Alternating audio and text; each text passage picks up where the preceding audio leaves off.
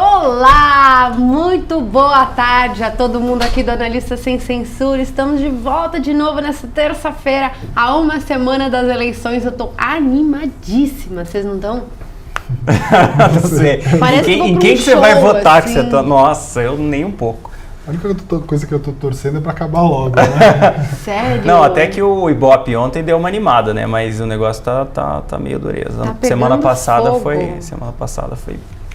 Lembrando que a gente está ao vivo no Facebook e no canal da Infomoney, então se vocês quiserem fazer perguntas ou falar em quem vocês vão votar, eu já sei em quem a maioria do pessoal que assiste esse programa vai votar, porque eles falam o tempo todo, mas você põe lá em quem você vai votar ou faz perguntas aqui ao vivo que a gente responde.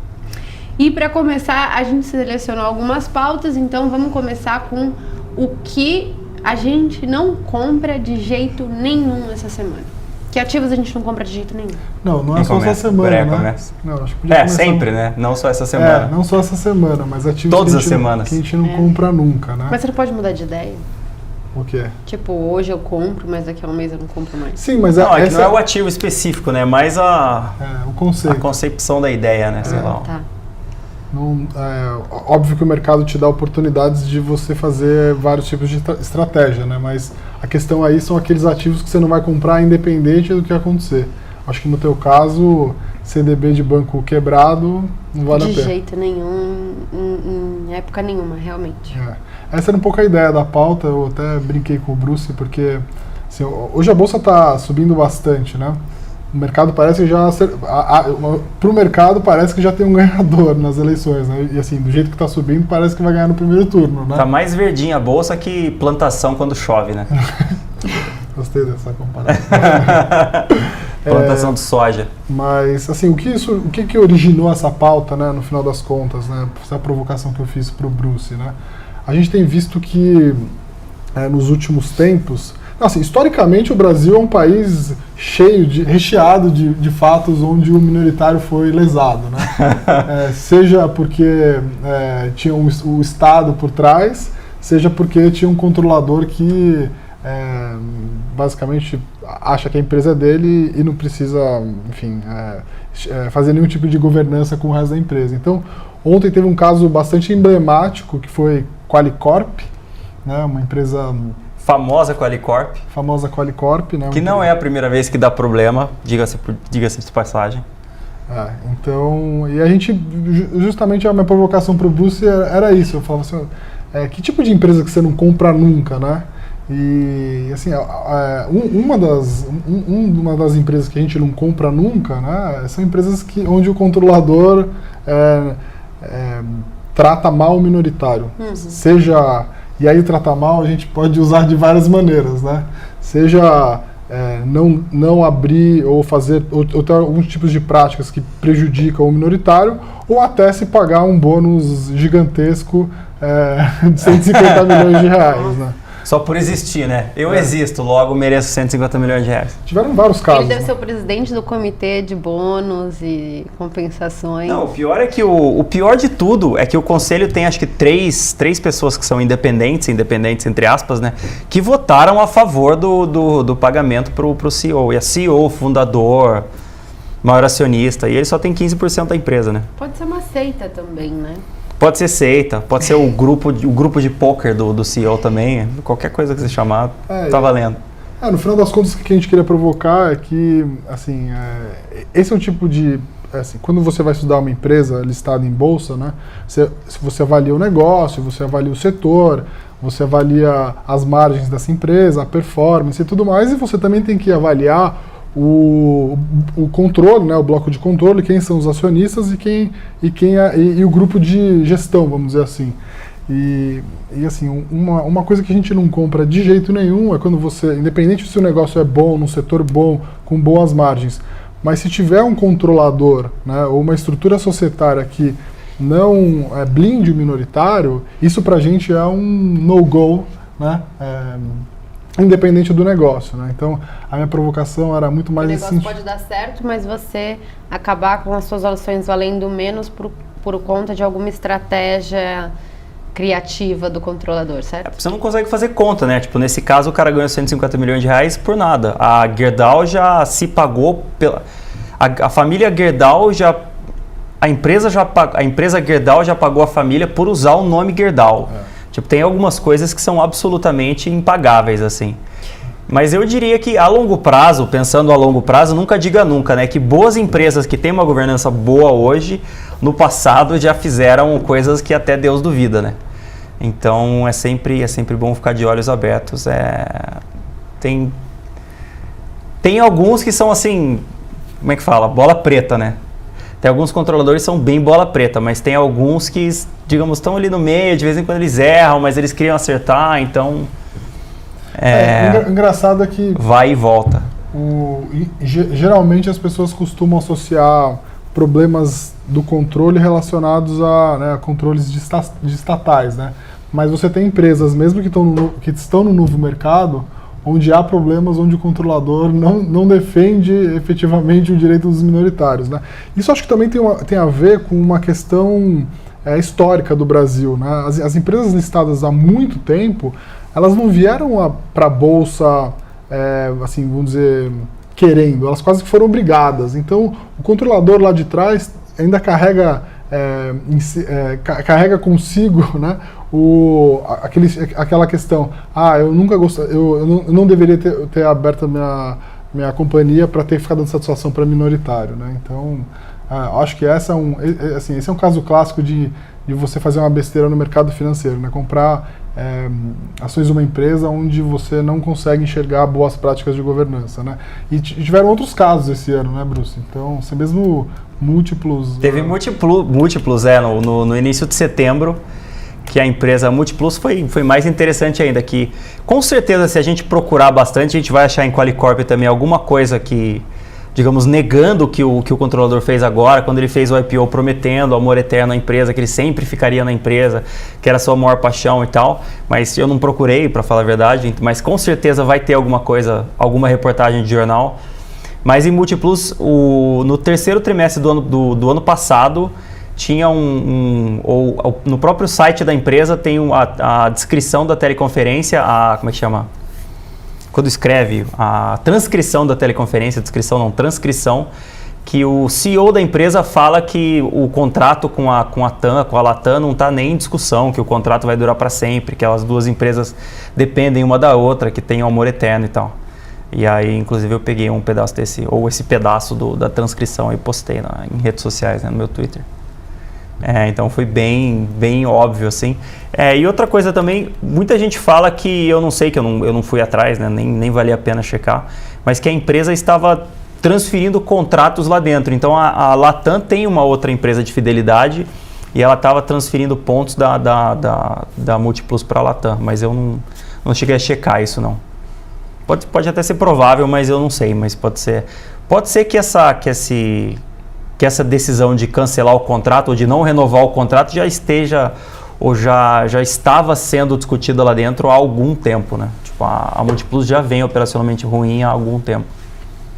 E você? O que você não compra de jeito nenhum em renda fixa? Eu acho que é isso que você falou. Eu não compro de jeito nenhum CDB de banco quebrado. Não compro... Juro longo a 6,5% do... Não, juro longo a 6,5% ao... Ou se com... Não, mas muito baixo. Depende, juro real a 6%. Não, real, mas eu falo negócio. Pré, né? Não, sim, pré. Juro pré muito baixo. 6,5% eu já estava vendendo há muito tempo atrás. Que é mais fácil, muito risco, pouco retorno, né? Quando você analisa as debêntures incentivadas, também tem alguma diferença para o CDB ou você acaba fazendo uma análise de risco de crédito da empresa? Sempre eu faço análise de risco de crédito. Eu nunca faço uma análise pensando, é produto de banco e não de empresa, então tem FGC. Eu nunca penso nisso, até porque eu acho que a FGC tem risco de crédito.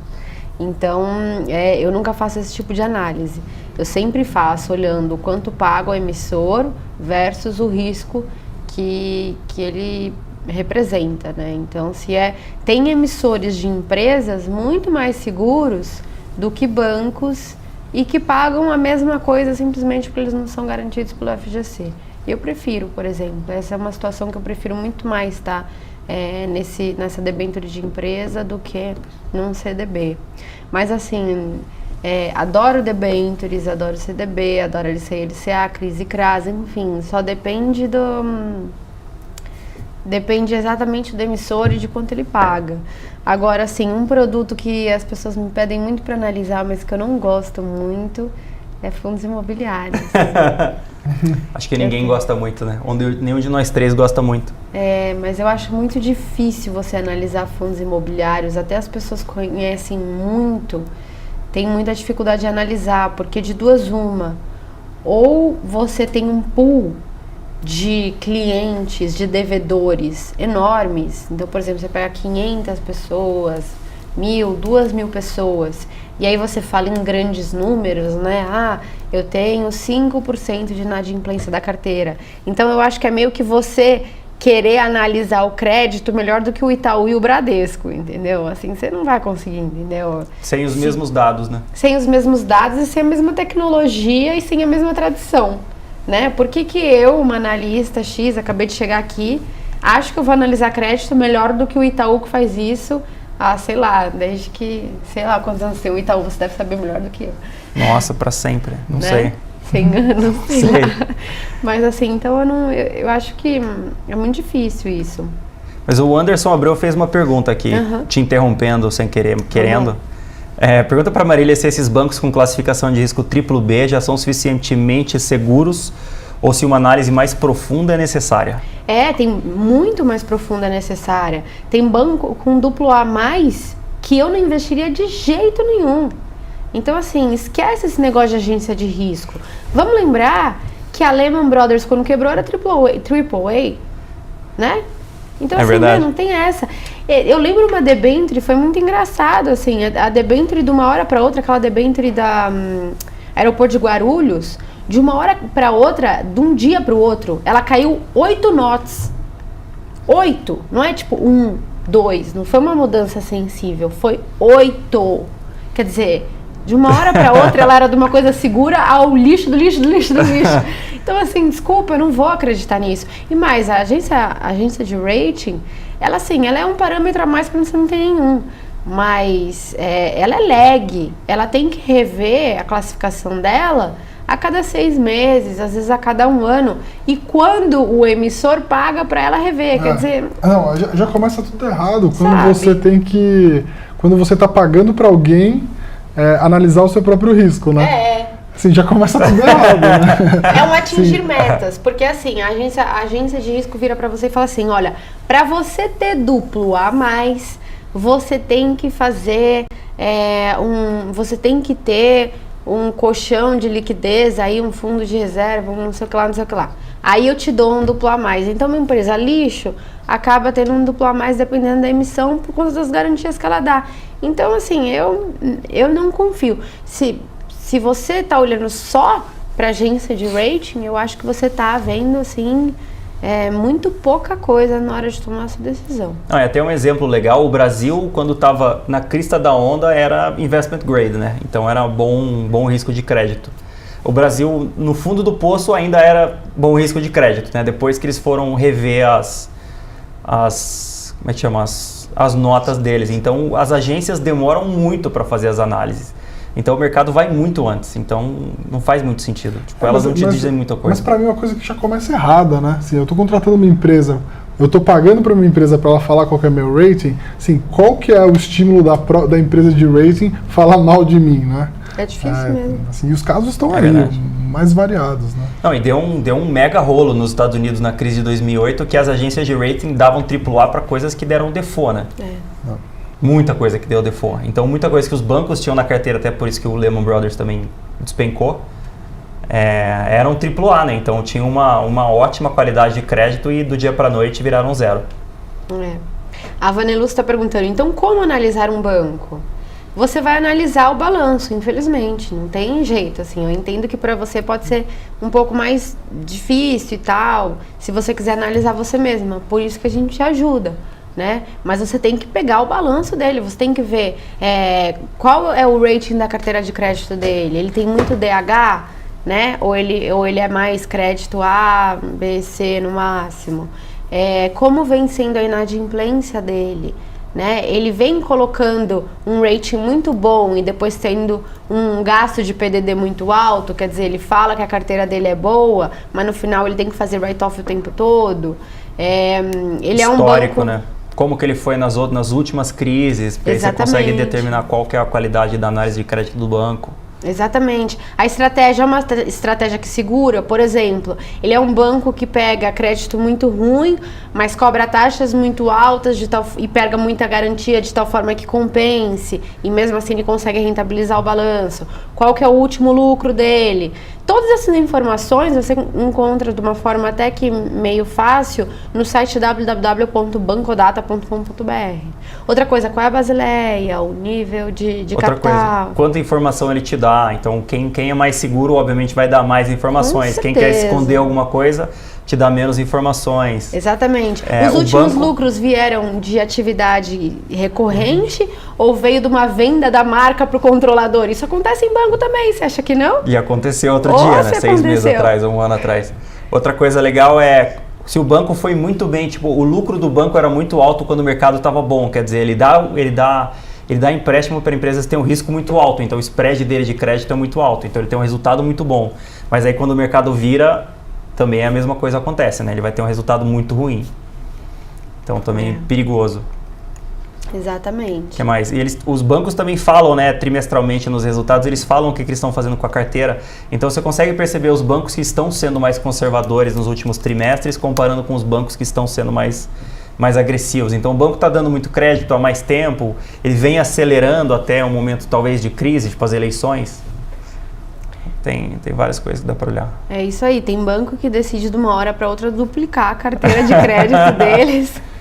E aí depois, isso logo antes da crise, depois quebra. Quer dizer, tem várias... Não tem jeito, não tem solução mágica. Não tem uma agência de rating que já vai te dar um score e pronto, tá tudo decidido. Não, você vai ter que fazer uma análise, sim.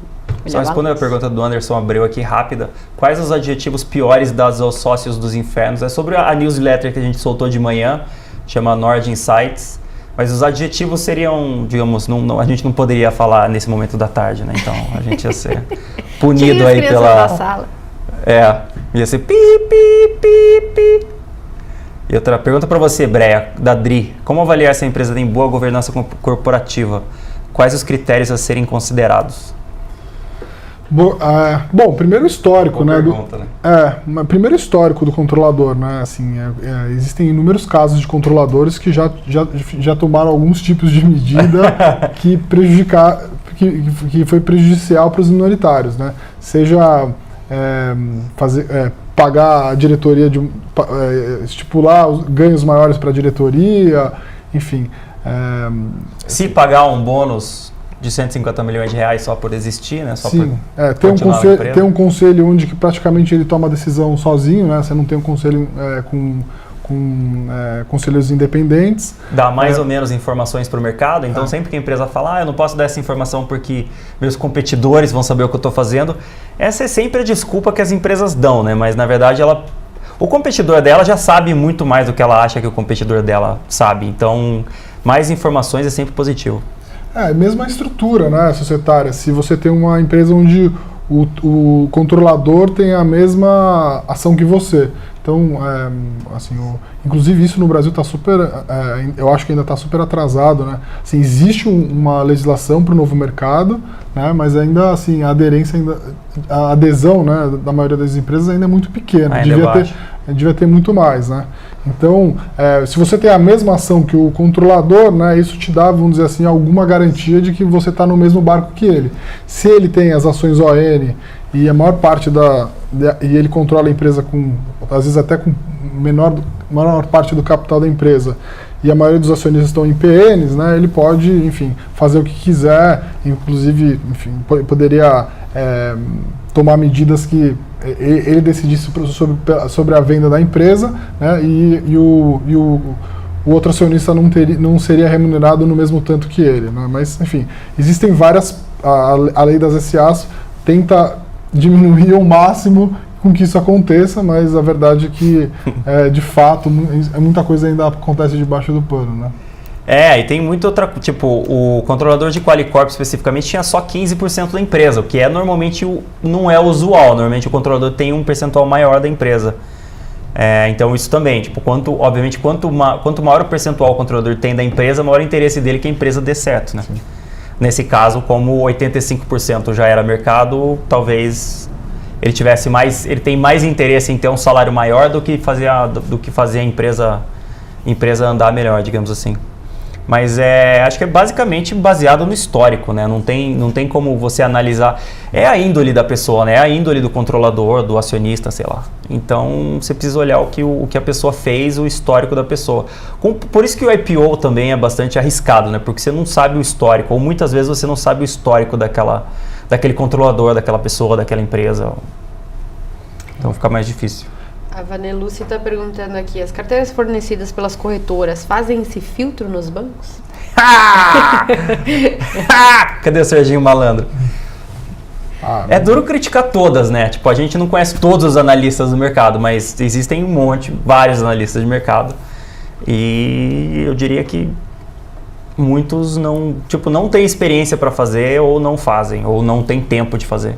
É que você tem que pensar ao contrário, né? A corretora, ela é como se fosse um supermercado.